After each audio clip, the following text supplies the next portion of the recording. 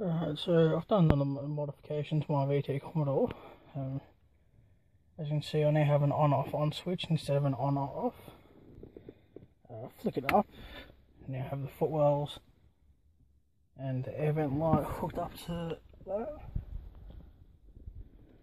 And then if we push it down, I'll get out and show you.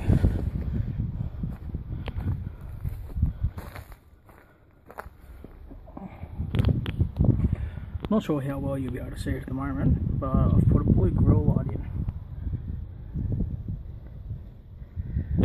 Now what I've done, the metal bar behind the bumper, I stuck one to the top of that and one to the bottom.